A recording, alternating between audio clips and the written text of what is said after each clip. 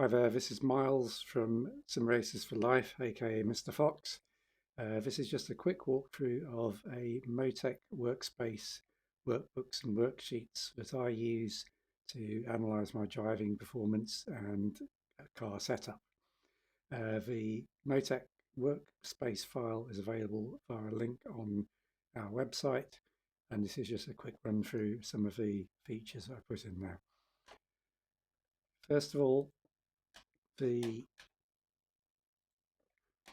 file is distributed as a Motec archive. If you double click on that file, you will be asked to install the archive, which you just can't see on screen just now. Click yes, and then you should find the workspace in your recent workspaces list, or you can click and open the existing workspace if that doesn't show up.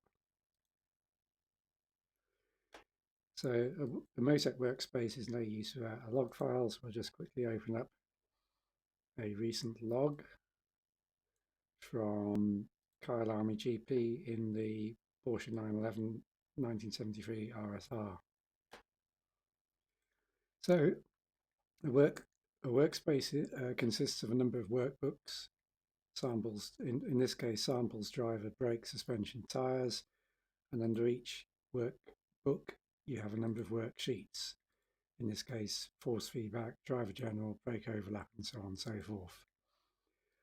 I'll skip over the samples workbook that has just got various sector reports, times and so on. I did not create that. I won't go into that in detail. And the driver workbook, the first one I want to show you is something I've created, which is for force feedback. So we've got a number of graphs over time and a track map. If you drag the cursor around the track map, the cursor in the graphs moves in sympathy, and you can do the opposite. You can drag the cursor in the graphs and see where you are on track. Top graph is steering, basically left or right, how much you're steering. The third graph down is actually one of the more important graphs. This is showing what the vehicle is actually asking your system to represent in force feedback. So these are the real life torques, the amount of force basically that your steering rack is forcing back to your wheel, measured in Newton meters. I've created lap specific maxes and mins, max and min lines throughout this workbook, so you can quickly and easily see where the peaks are.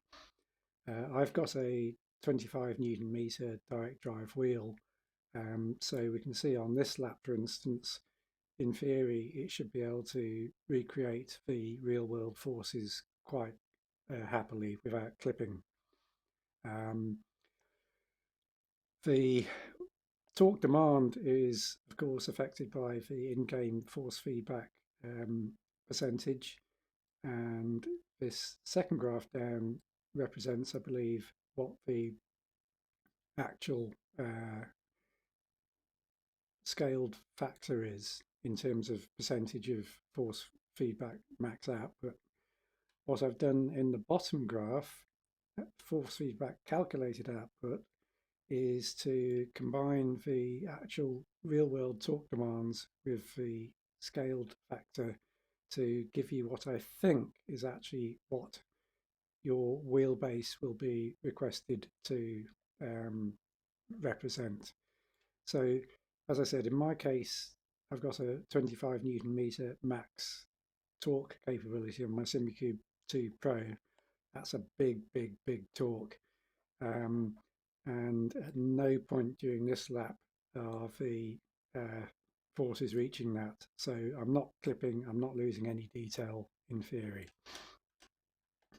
So that's force feedback, quite useful. Driver general, I didn't create this tab myself, but it gives you a quick walkthrough of the speed of a vehicle, throttle position, brake position, and so on.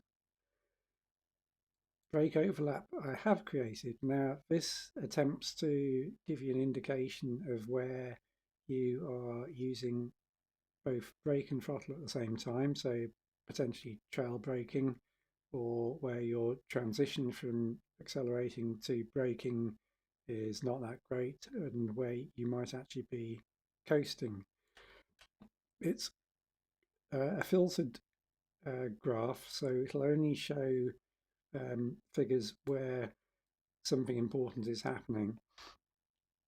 So in this case, in the top graph, we've got brake overlaps and throttle overlaps.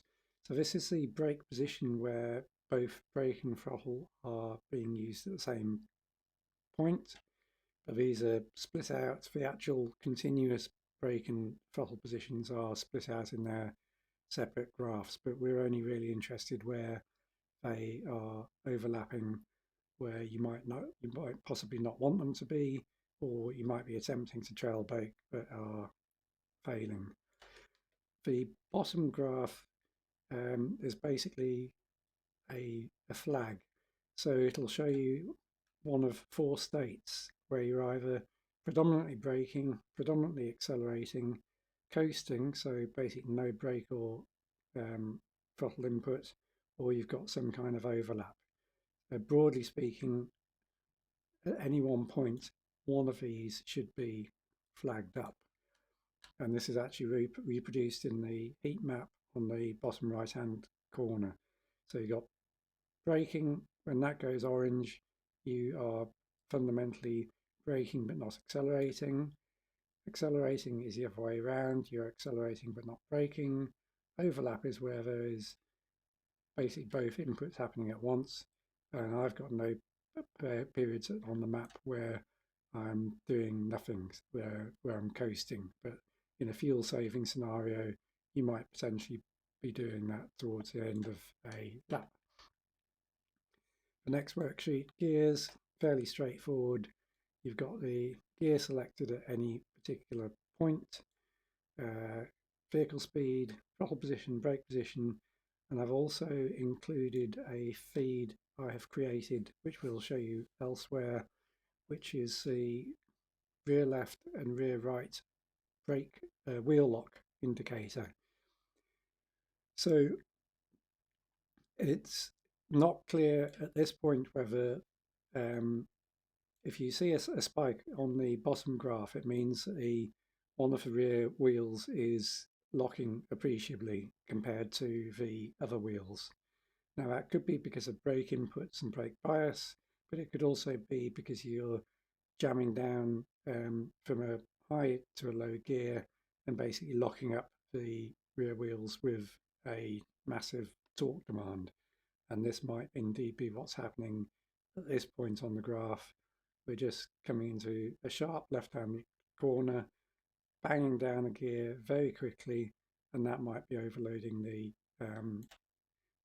rear tyre, hence the spike on the rear left wheel. We'll come back to this graph at a later point. Track report just gives you speeds, brakes, things at various points around the track.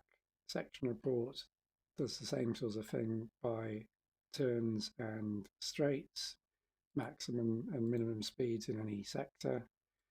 Lap report, similar kind of thing, just highlighting your peak maxes and lows.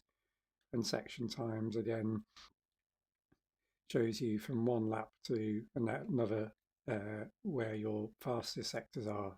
So you might make a setup change or a driving change and find that all of a sudden you're making up speed in one place but you're losing it in another.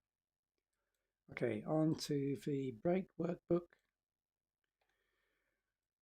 So a fairly general graph, a set of graphs to start with. Again, engine RPM, speed, throttle position, the longitudinal force, so whether you're accelerating or decelerating in G, and the front left and rear left brake temperature at any point around the track.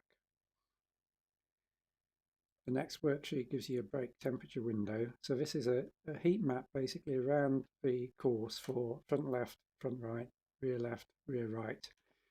The darker colours are higher temperatures. Each graph has got its own scale, so be careful comparing colours on one corner to another. But you can set these all to be the same scale if you wish. But this is obviously showing that we've got high temperatures, particularly on the front left corner, going into this tight right high-speed right-hand corner, and the rear right brakes, for instance, are not doing so much work. The wheels are not as heavily loaded and running cooler as a result. Suspension. One of the most useful features of Motec is the suspension histogram. This is all to do with dampers and spring rates.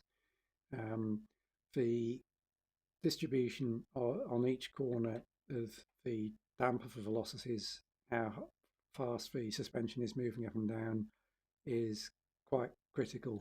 I won't go into specific detail about how you analyse and optimise this, but basically you generally do not want a super wide bell curve. You want it fairly tight and controlled depending on the vehicle, but we'll come back to that at some future date.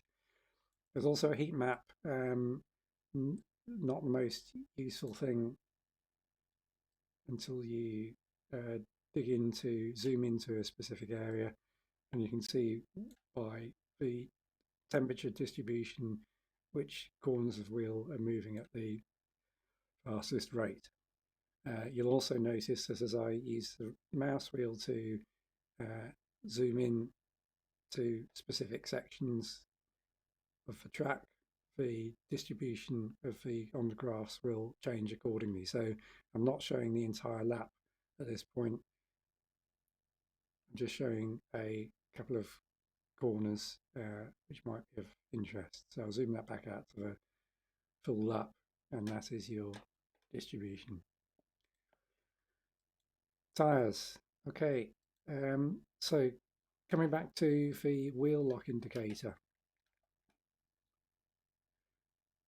So if I just quickly zoom, it'll let me. There we go. Right, zooming back to a lap.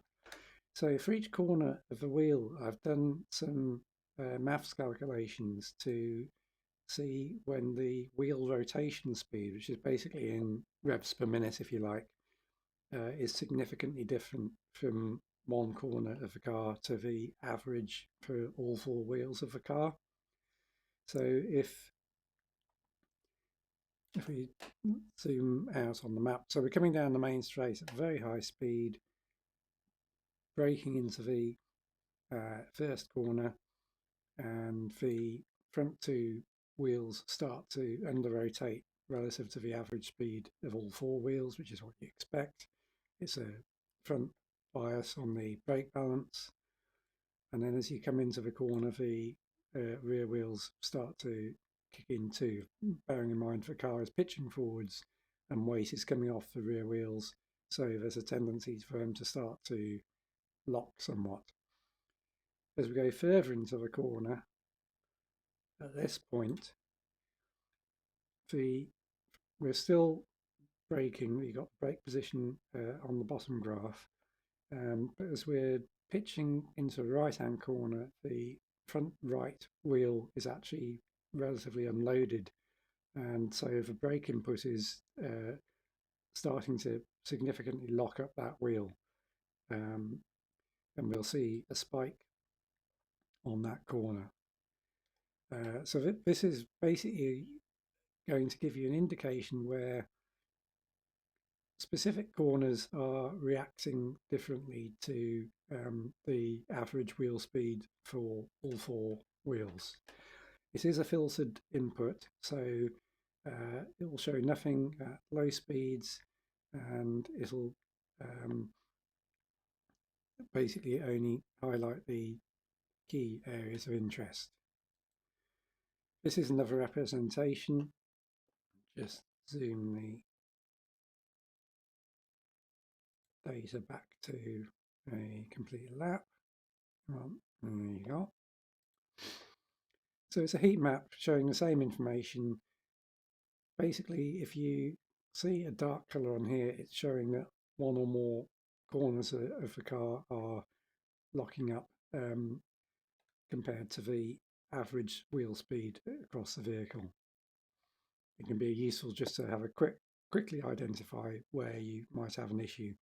So here, coming into this tight left-hander, the rear left looks like it's locking up in much more than any other corner. You might want to look at that in terms of brake balance or something. Tyres and drag worksheet. For each corner of the car, we've got a number of temperature measures. The top three in each case, outer, centre, inner, are the outer tyre temperatures, and these are very transient, high speed changes as you move around, go around corners. These will change quite quickly. For each corner, you've also got the core tyre temperature, so the carcass temperature, the deep temperature, and these will not vary a huge amount around a lap, but in some cases are more representative as to what's going on in terms of camber settings and so on. Down the bottom, we have some additional measures. You've got the grip fraction at each corner. So this is the amount of grip left once you've start taking it away by braking, accelerating or cornering. So coming down the main straight, all four corners have basically got 100% pretty much of the available grip available. As soon as you start to brake into the corner, you're starting to use up some of that available grip to slow the car down. As you move further into the corner, you're also, in addition to any acceleration or braking forces, you also have cornering forces which are eating into the available grip. If you look at Google traction circles, this will make a lot more sense. And it's interesting if we just zoom in and go back to this point on corner entry, we'll see at one point the front right grip percentage has actually gone to 0. If you look into later into the ride heights and so on, this occurs because the front right wheel is actually lifting off the tarmac, and so it has no grip whatsoever available. So it's cocking a wheel going into the tight right hand corner. We've got a ground speed indicator, and we've also got some downforce and drag information, which is generally only available for third-party cars. It's generally hidden from paid-for content, but it will give you an indication of your aerodynamic drag and your front and rear downforce at any point. So you can use that to fiddle with aero loads and rake and so on. You've also got down the bottom the actual forces, the actual vertical tyre loads going through the tyres, and again that can be useful if we just have a look again where that front right lifts off. You'll see it's got 0 load on it. It's not actually touching the tarmac, it's doing nothing useful whatsoever. We've got a heat map, bottom right hand corner, and these are the transient tyre temperatures. That's another quick way just to see where your shoulders or centre of a specific tyre are getting the most heat kicked into them and which ones are doing the most work. Loads and ride, not particularly the most useful graph, very spiky. You'll find we've got the tyre loads again, the vertical tyre loads, so the actual crushing forces that the tyres are experiencing, grip fractions again, and probably of most interest are the ride heights at each corner. And again, if we can just find up here somewhere, Let's refer back to, if we set the position there where we've got 0 load on that front right hand corner, and see what's happening here. The front ride height is the highest of all of them, so it's basically run out of load on that corner and has lifted the tyre off. Heat map again, just to show you what's going on at each corner. Grip map, again, this is a heat map of sorts, and that uses those grip fractions at each corner, just to show the available grip at any point. Dark colours mean you've got plenty of grip available. The lighter the go, the more you're using up your traction circle on that corner, and perhaps overloading the tyre. Okay, so that's a quick run through of the workbook, what's available. For me, the most important thing is generally the suspension histogram, the speed histogram, to kind of help you determine what you need to do for your damper settings. But we've got some very useful information back to the driver workbook, force feedback to tweak your wheel experience. We've got some driver training aids in terms of brake overlaps and so on, gear changes and what effect they might have in terms of locking up the rear end, and plenty of good information for tyre temperatures, wheel locks and so on. I hope you find this useful. We'll be developing it over time and perhaps providing some additional guides as to how to update Motec yourself. Thanks so much for watching.